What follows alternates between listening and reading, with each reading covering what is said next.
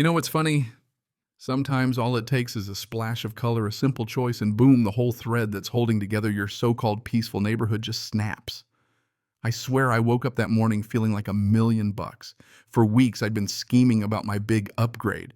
My Lamborghini, the one I'd worked for, sweated for, dreamed about, came from the dealership, that perfect, sterile, icy pearl white.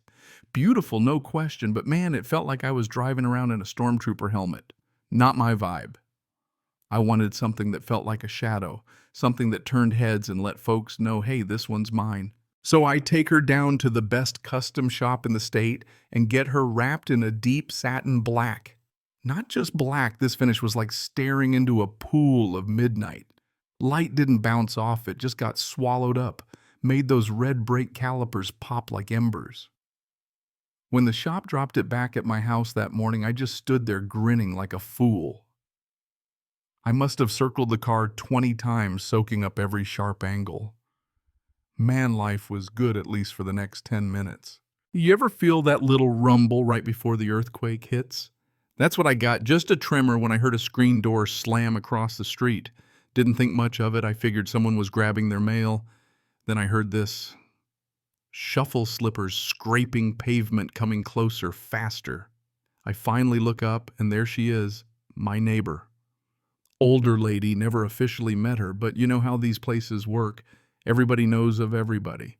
Today she's in a tracksuit so pink it could blind the sun, her hair all stiff and shellacked, not a strand out of place. She's coming straight for my driveway, with this look like she just saw me skinning kittens. She parks herself right at the edge of my property, hands on hips, face getting redder by the second. Doesn't say a word, just stares at the car, then at me, then back at the car. The tension was thicker than my morning coffee. So I try to be civil. Morning, what do you think of the new look? Big mistake. I may as well have thrown a lit match in a fireworks stand. She takes a big dramatic breath and lets loose. What did you do to my car? You think you can just take what isn't yours and defile it?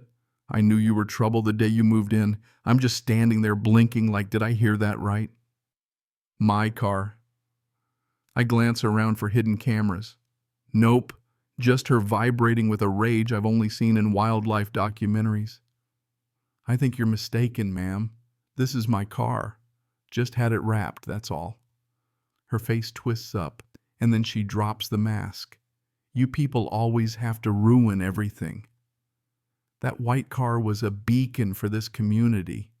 Now it's dark and intimidating. I'm calling the police. And just like that snap, my perfect morning was over.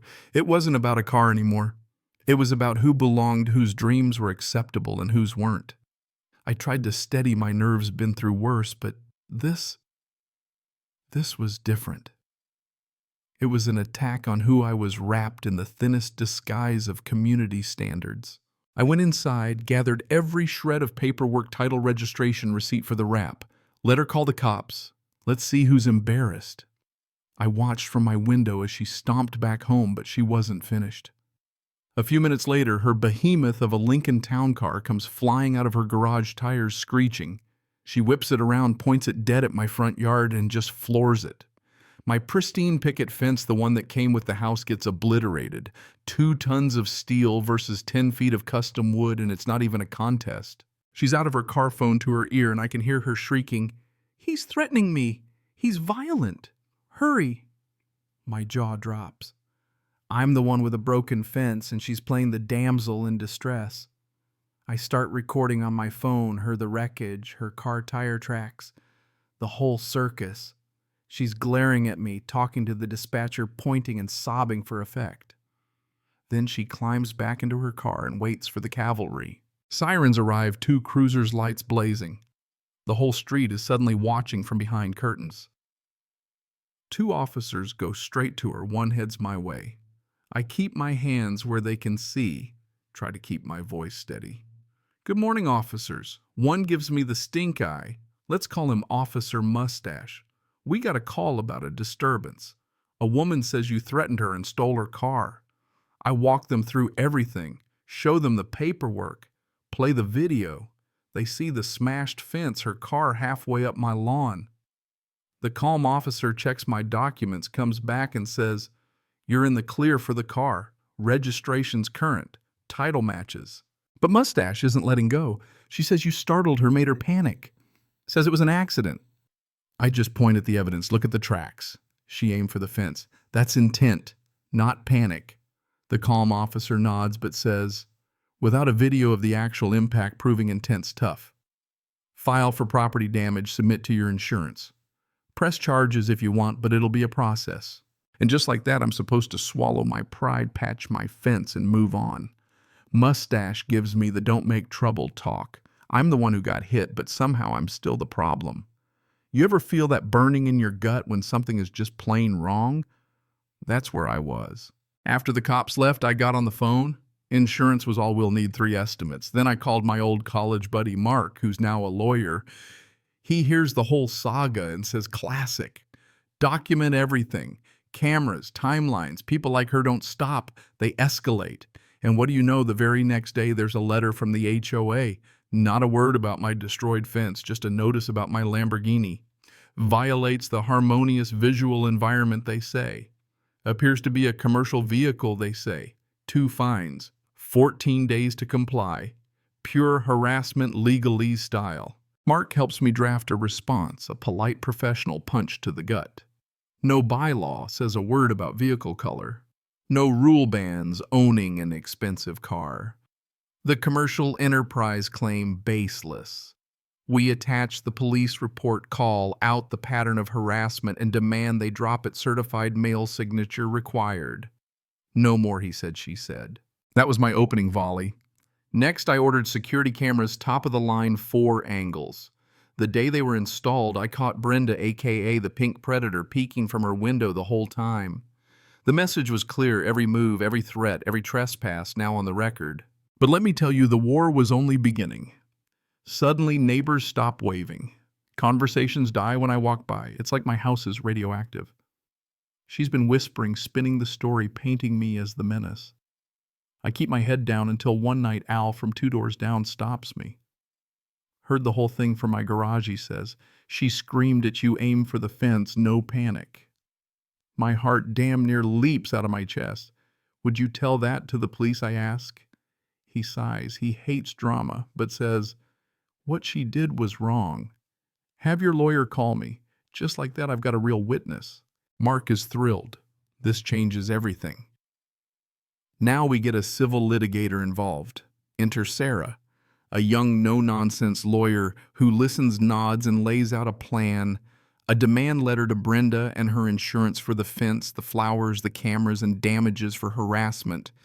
A second letter to the HOA, warning of personal lawsuits for board members if they persist in their witch hunt. You could see the fear ripple through the neighborhood. Suddenly, the HOA backs off official apology. Both violations rescinded new rules requiring evidence for any complaint. They even promise to review the bylaws. With the HOA neutralized, Brenda's on her own. But she's not done.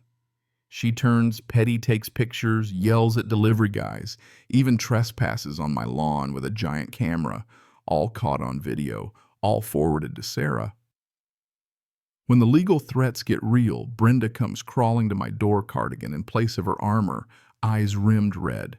I want to apologize. This lawsuit will ruin me. Can't we settle it ourselves? I stare her down. Your choices, your consequences. Any further talk goes through my lawyer. I close the door, and that's that. Her insurance tries lowballing. We file suit. During the deposition, Sarah dismantles Brenda point by point. She cracks on the stand, contradicts herself, and basically confesses. After that, the settlement offer from the insurance comes in full replacement, fence, replanted flower beds, all camera costs, plus a tidy sum for damages. Only thing is, they want an NDA, no admission of guilt. I almost refuse. But Sarah is right. A win is a win. I insist on a written apology, and what do I get? The world's worst non-apology. I'm sorry if you were offended. She frames it like she's the victim, but I see it for what it is. A confession, the last gasp of a petty tyrant.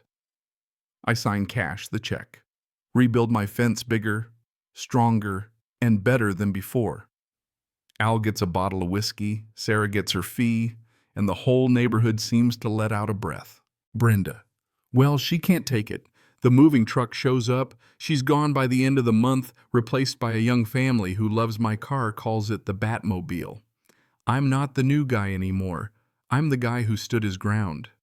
The HOA is now about chili cook-offs, not rule-book warfare.